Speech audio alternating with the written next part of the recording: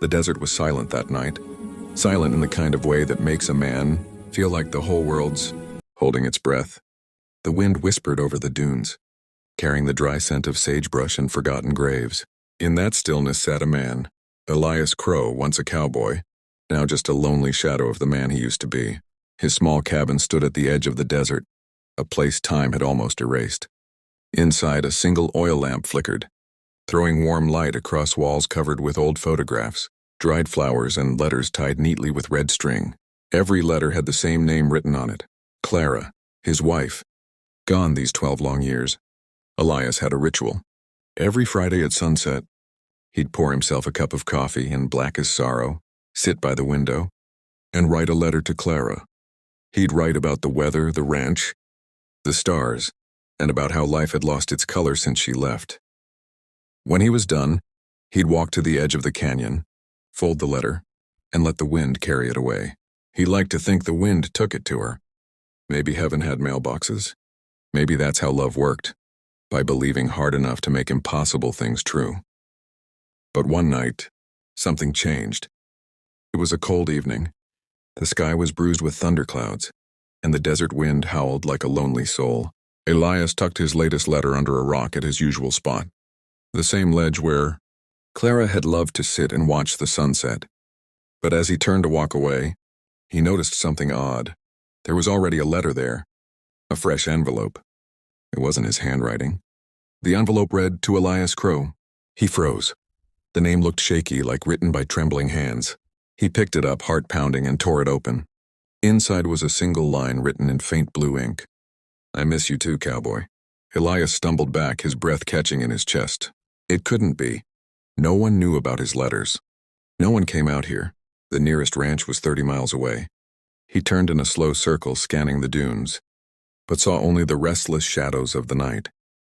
The wind sighed through the rocks as if whispering Clara's name. He returned to his cabin, letter trembling in his hand.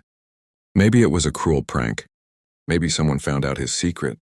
But deep down, and where grief and hope fought for space, a spark flickered. Could it be her? The next day he wrote again. "Clara, if somehow you can read this, tell me something only you'd know." He placed it in the same spot and waited. Hours passed. The desert remained silent.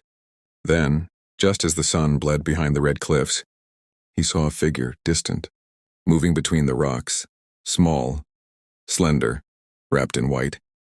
He blinked and she was gone. The next morning there was another letter waiting. "You still talk in your sleep, Eli. You still say my name." Elias's hand shook so hard the paper nearly tore. No one knew that. Clara had once teased him about it on their honeymoon, in a tiny cabin near Silver Creek. He felt cold all over. The dead don't write letters. But love was stronger than death. Or maybe madness was. Each night a new letter appeared. Sometimes short, sometimes long. Sometimes filled with memories only she could know. Like the time they danced barefoot in the rain. Or how she once broke his favorite cup and blamed the cat. Each word was like a ghost's touch, soft and cruel at once. Weeks passed. Elias started talking to the letters. He stopped going to town, stopped shaving. He waited by the canyon every sunset, clutching his next message, praying the wind would answer back. The desert became his chapel, the letters his gospel. Then came the night he decided to follow the trail.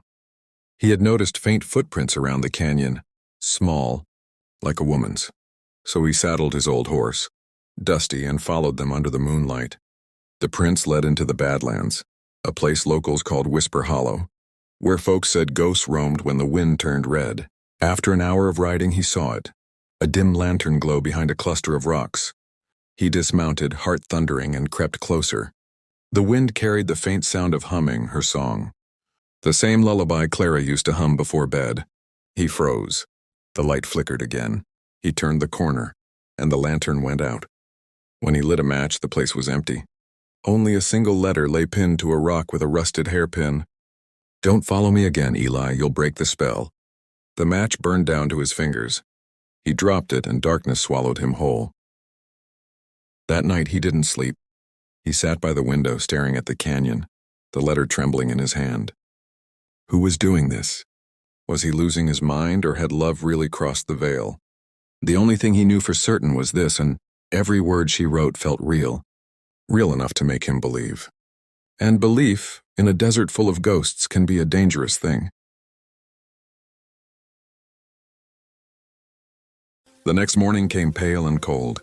A gray light spilled across the desert like a ghost of dawn. Elias Crow hadn't slept. His eyes were hollow, red-rimmed from reading and rereading every word. Clara, or whoever she was, had written. The air smelled of dust and rain, and a storm was brewing somewhere beyond the hills. He sat at his table, tracing the ink of her last letter. Don't follow me again. Eli, you'll break the spell. That line echoed in his head like a curse. What spell? What game was this? He had to know. That evening he wrote again, his hand shaking. Clara, if you're truly out there, meet me. I can't stand the silence anymore. Just one time. One sunset. I'll wait. He left the letter at the canyon, the same place he always did. And he waited. Hours passed. The wind rose, carrying the smell of coming rain. The sky turned bruised and heavy, and lightning stitched the horizon. But just as Elias began to lose hope, he saw her. A woman in white, standing at the edge of the cliffs. Her hair moved with the wind, dark and wild. She didn't move closer, just stood there, looking at him with eyes that seemed to glow faintly in the stormlight. Elias's breath caught in his throat. Clara, he whispered. The woman tilted her head. Then she turned, slow and graceful, and began to walk away into the canyon mist. Without thinking, he followed. The storm broke above him, rain slashing down, thunder rolling across the valley. His boots sank into the mud, his hat flew off, but he didn't stop. Every flash of lightning showed her a little farther ahead, white dress glowing like a phantom flame. Clara, wait, he shouted. Her voice came back, soft, trembling. You shouldn't have come, Eli. He stumbled, nearly fell, but pushed on. The sound of water rushing grew louder. The canyon river had swollen with rain. When he reached the bend, the woman was gone again. Only the whisper of the wind remained. And then he saw it, a small cave at the canyon's base, its mouth hidden behind a curtain of vines. Inside flickered the faint light of a lantern. Elias ducked inside. The cave was small, damp, and smelled of wet stone. In the corner, he saw something that made his knees weaken. Stacks of letters. His letters. All of them. Every note he had written to Clara for the past 12 years. Neatly tied with ribbons, untouched by weather.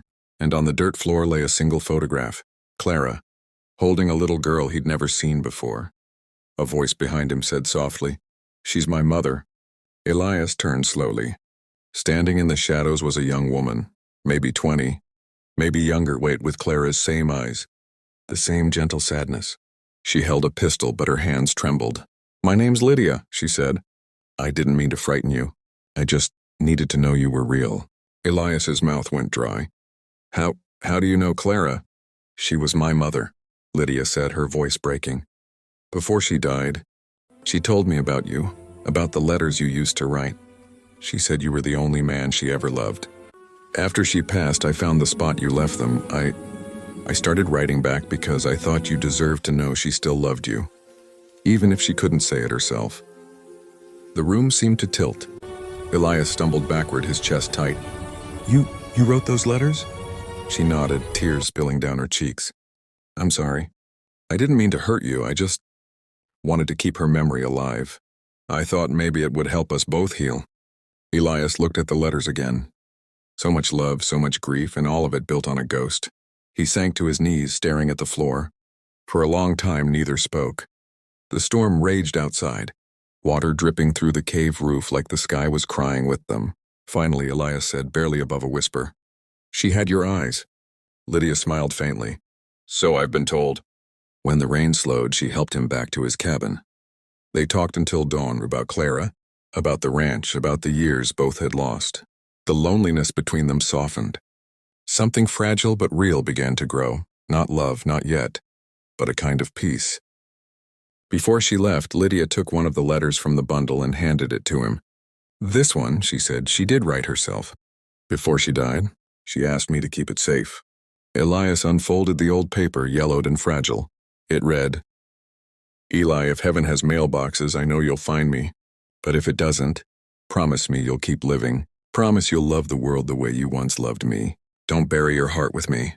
Let it ride free like the wind. His vision blurred with tears. He pressed the paper to his chest. For the first time in 12 years, he felt something inside him unclench. Weeks passed and Lydia visited often. Together, they fixed the fence, cleaned the cabin, brought life back to the quiet ranch. One evening, as the sun dipped low and painted the land gold, Elias walked to the canyon with one last letter. He set it under the old rock, the wind tugging gently at the corners. Clara, I finally found you, and in her eyes, in her kindness, in every whisper of this land, thank you for sending her home. The wind lifted the letter and carried it away, higher and higher, until it vanished into the blazing horizon. For the first time in years, Elias smiled. The desert was still but not empty anymore. Somewhere out there, in the hush between the winds, a woman's laughter drifted, light as dust, warm as memory. End of Chapter 2, The Woman in White. Moral: love never dies. It only changes its voice when from one heart to another.